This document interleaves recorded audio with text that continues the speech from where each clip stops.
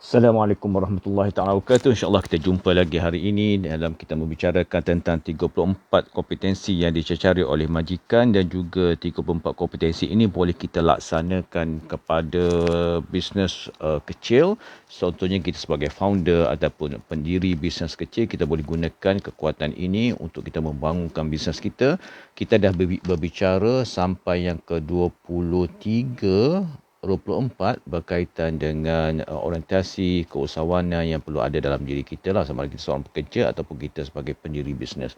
Hari ini kita sambung kepada kompetensi yang ke-25. Apa itukah kompetensi yang ke-25? Iaitu kita mampu untuk menjadikan diri kita seorang yang mampu menyuburkan inovasi dalam syarikat, dalam bisnes yang kita laksanakan. Apa maksud inovasi? Inovasi lah maksudnya kita dapat membangunkan, dapat sponsor, menyokong dan juga dapat support apa saja yang berkaitan dengan pembaharuan dalam metodologi, dalam produk, dalam prosedur dan juga dalam teknologi yang ada dalam bisnes kita. Kenapa ia yang penting? Kerana ia ke zaman sekarang ni zaman di mana manusia sentiasa berubah, teknologi juga sentiasa berubah, dan juga trend, situasi, keadaan semasa juga sentiasa berubah, terutama pada lepas pandemik ini. Banyak perkara baru yang akan muncul, dan juga zaman perubahan teknologi yang begitu ketara sekarang ini, banyak juga perubahan baru yang akan muncul secara metodologinya, secara approachnya. So produk kita, servis kita, metod kita, sistem, prosedur kita juga sentiasa untuk melihat pada perubahan-perubahan itu, supaya kita tidak ketinggalan zaman dan kita terus maju dalam bisnes dan yang kita ceburi berdasar pada bidang masing-masing. Itu kompetensi yang ke-25. Kompetensi yang ke-26 pula adalah kita menjadi individu yang menggerakkan diri kita sebagai individu yang berorientasikan result. Apabila kita masuk berorientasikan result ni, maknanya kita fokus kepada desire result yang kita nak, kehendak result yang kita nak mahu capai. Kita kena set lah challenge goal, kita kena fokus effort pada goal itu, dan kita boleh meet apa saja expectation. Kalau boleh kita melebihi expectation yang dibuat. Apa yang kita boleh laksanakan adalah kita letakkan setting goal ini, result yang kita nak capai ini sesuatu yang challenging tetapi boleh dicapai. Kita menjadikan ia satu goal yang kita clear dalam kita nak melaksanakan apa sahaja projek, bisnes, aktiviti yang kita nak laksanakan. Dan seterusnya kita menjadikan bahawa kita meletakkan maintenance yang tinggi kepada diri kita, satu komitmen untuk kita mencapaikan goal yang kita telah letakkan, dan kita bersedia untuk menghadapi segala obstacle, halangan, sesuatu yang boleh memperaskan kita. So, kita kena bersedia secara mental dan juga secara fizikal, di mana kita meletakkan performance yang kita letakkan apakah resultnya, dan kita nak mencapai sebaik yang mungkin. Bukan saja kita, kalau kita pekerja, kita ada perkara begitu akan sangat-sangat disukai oleh majikan, dan juga kalau kita sebagai business owner meletakkan perkara itu, kita memudahkan kita untuk mengembangkan, memajukan bisnes kita lah. Dia bukannya satu perkara yang mudah, tetapi kalau kita dah mindsetkan dari kita, insya-Allah kita buat sehinggalah kita letakkan satu standard di mana kita menjadikan individu yang ada orientasi result dalam kita nak mencapai suatu perkara. Yang seterusnya, yang ke-27 adalah ketelitian. Apa saja yang terlibat dalam dunia pekerjaan, yang terlibat dalam dunia pembangunan bisnes, yang terlibat dalam dunia informasi, dia merupakan sesuatu yang mesti kita completekan, dan dia mesti ada perkataan yang accurate, yang maknanya dia mesti letak pada KPI, mencapai KPI tersebut. Apa saja proses yang sekelilingnya itu mesti memerlukan ketelitian, terutama apabila kita nak buat preparation project, kita nak buat presentation, kita nak meletakkan satu komitmen. Jadi kita mengajak semua pekerja-pekerja kita, kalau kita bekerja, kita mengajak semua tim kita untuk membuat ketelitian, sama ada kita fokus pada perkara besar juga perkara kecil, supaya apabila kita melaksanakan projek itu, kita laksanakan projek itu secara lengkap, secara memuaskan hati kita dan juga memuaskan hati pelanggan, hati bos. Sebab apa? Ketelitian inilah yang perlu sangat-sangat ditekankan supaya projek kita bukannya projek yang cincai-cincai. Gerak kerja kita bukannya gerak kerja yang cincai-cincai. Sebab itulah orang yang meletakkan kepada ketelitian ini, mereka akan set up satu prosedur pada high standard kualitinya dan mereka akan memonitor kualiti kerja itu seperti yang diharapkan pada awal sampai akhir dan mereka akan verify informasi-informasi yang sampai supaya informasi itu merupakan informasi yang betul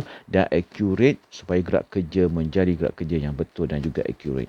Dan seterusnya kita akan develop dan juga menggunakan sistem-sistem yang kita ada, kita akan perbaiki sebaik yang mungkin supaya progres gerak kerja kita itu berada dalam KPI yang telah kita tetapkan. Itu yang berkaitan dengan kompetensi yang ke-27. Kompetensi yang ke-28 adalah kita punya ketegasan dalam kita membuat keputusan. Ada kalanya kita kena buat keputusan dalam masa yang terlalu difficult, selalu yang menghalang kita, selalu yang mencabar kita. Keputusan seperti ini walaupun kita ada informasi tak lengkap tapi ketegasan kita dalam membuat keputusan ini akan memberikan keyakinan kepada orang bawah kita. Kalau kita ada orang bawah, memberi keyakinan pada subordinate kita, kalau rakan-rakan pekerja kita, kalau kita seorang pekerja, dan juga memberi keyakinan kepada staf-staf kita kalau saya seorang yang majikan. Apabila kita membuat keputusan, kita kena pastikan bahawa keputusan kita ini keputusan yang memang kita yakin setakat ini itulah keputusan yang terbaik. Sebab itulah dalam membuat dalam perkara yang susah, dalam keadaan situasi-situasi yang tidak tentu, pada waktu yang ketika inilah kita kena buat keputusan yang kita kena yakin bahawa keputusan kita itu sesuai pada waktu itu, dan jika ada kelemahan kita tidak akan blame orang lain tapi kita akan perbaiki sehingga kita meletakkan bahawa result yang kita nak capai itu satu result yang bagus dan memberi kepuasan kepada individu-individu yang terlibat. Sebab apa? Dalam masa-masa tertentu tak semuanya kita boleh buat keputusan yang tepat, tapi kita buat keputusan yang sesuai pada waktu yang kita tetapkan. Itu yang kompetensi yang ke-28. Kompetensi yang ke-29 adalah kepintaran kita dalam berbisnes. Yang ini kita kena banyak pergi kursus, meningkatkan ilmu, kemahiran, sebab kepintaran bisnes ini bukannya dia datang begitu saja, dia datang dengan berbagai pengalaman yang kita tempuhi, kegagalan, kesilapan kita akan menjadikan kita individu yang bersedia untuk melaksanakan bisnes sebaik yang mungkin lah. Jadi kadang-kadang kenapa kita memerlukan kepintaran berbisnes? Sebab kadang-kadang kita menjadi individu yang menghadapan dengan situasi-situasi di mana informasi, maklumat, data yang sampai pada kita itu tidak tepat 100%. Jadi kita kena menjadi individu yang pandai untuk menggunakan forward thinking, strategi thinking untuk kita melihat supaya kita boleh meletakkan satu keputusan yang sesuai dengan bisnes kita. Pada waktu itu bisnes kita mendapat profit dan boleh terus hidup dan memberikan kekuatan pada orang bawah kita jugalah. Sebab itulah dalam akhirnya apa saja dalam bisnes, kepintaran bisnes adalah bagaimana kita meletakkan accountability kita, kebertanggungjawaban kita, dan kita measure performance. Di akhir sekali kita meletakkan target untuk kita capai.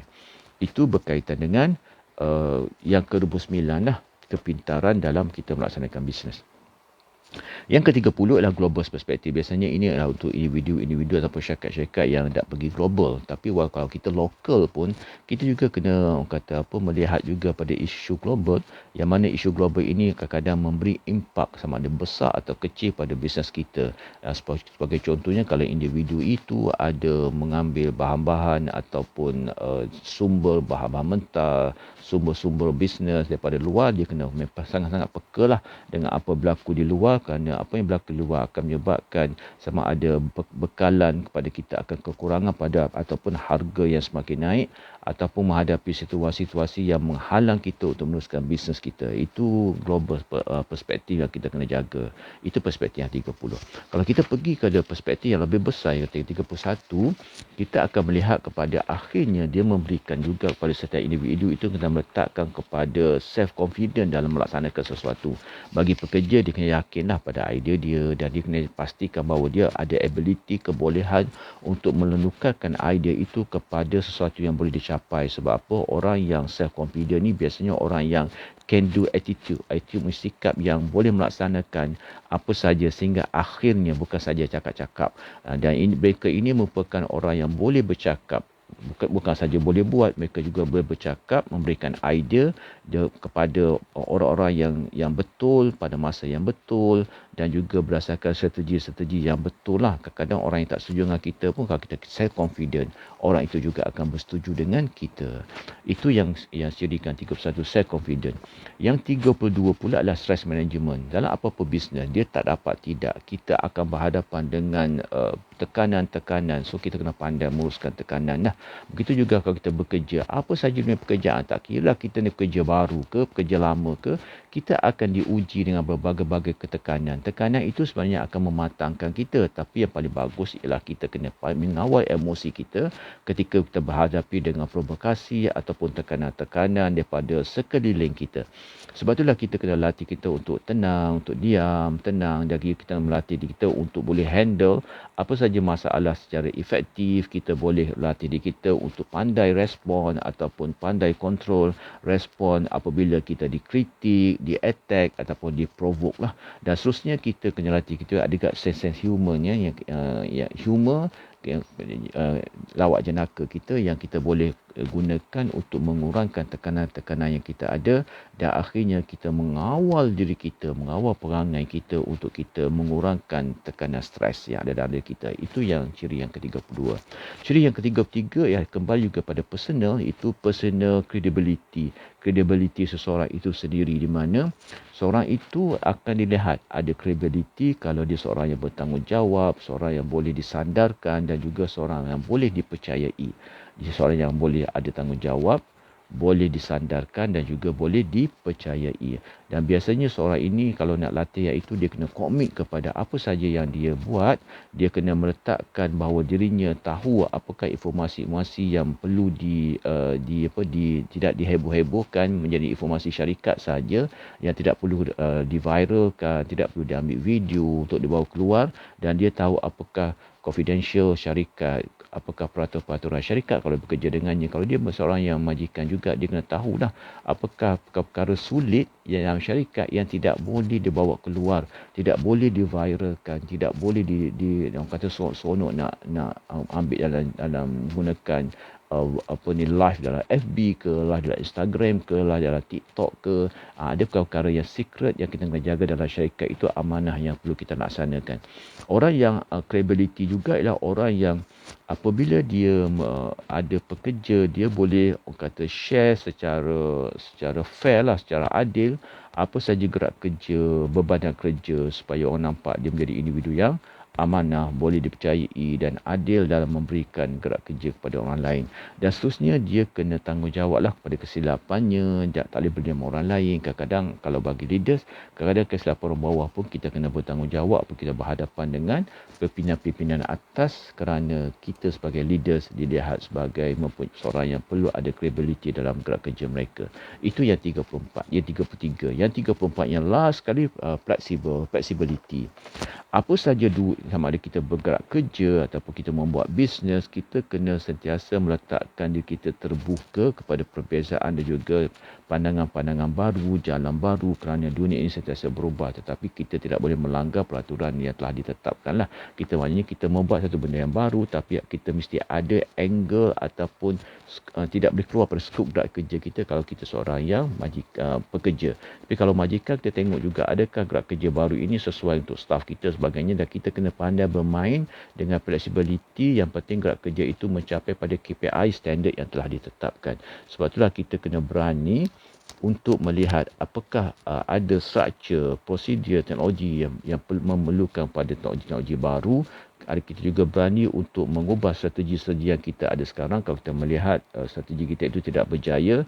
Dan juga kita kena ada satu konsep menunjukkan willingness kita, sikap keterbukaan kita, sikap yang kita mahu untuk modify sesuatu perkara yang telah lama dilaksanakan, supaya dia bergerak dalam aliran-aliran baru berdasarkan trend-trend baru. Yang paling pentingnya, kita berada dalam KPI dan syarikat itu berada dalam keadaan syarikat yang profitability, syarikat yang sentiasa mengeluarkan profit yang kita mahukan. Itulah 34 yang kita bicarakan pengalaman saya lama. Mudah-mudahan 34 kompetensi ini kalau dilaksanakan, insya-Allah bahawa bukan semua, tapi dia menjadikan kita kalau pekerja yang suki oleh majikan, kalau sebagai majikan yang sentiasa mempunyai satu wawasan gerak kerja yang bagus untuk memajukan syarikatnya. InsyaAllah kita di Nadi Duit sentiasa akan bersama dengan tuan-tuan dan puan dalam kita membicarakan berkaitan dengan dunia bisnes, dan insyaAllah juga apa yang kita bicarakan selama ini selain pada kita masukkan dalam Nadi Duit, kita juga masukkan dalam FB page Wan Alwi The Talent Wizard, Instagram Wan Alwi The Talent Wizard, TikTok Wan Alwi The Talent Wizard, dan juga dalam YouTube Wan Alwi The Talent Wizard. Kita jumpa lagi. Best. Anda sentiasa terbaik. Assalamualaikum warahmatullahi taala wabarakatuh.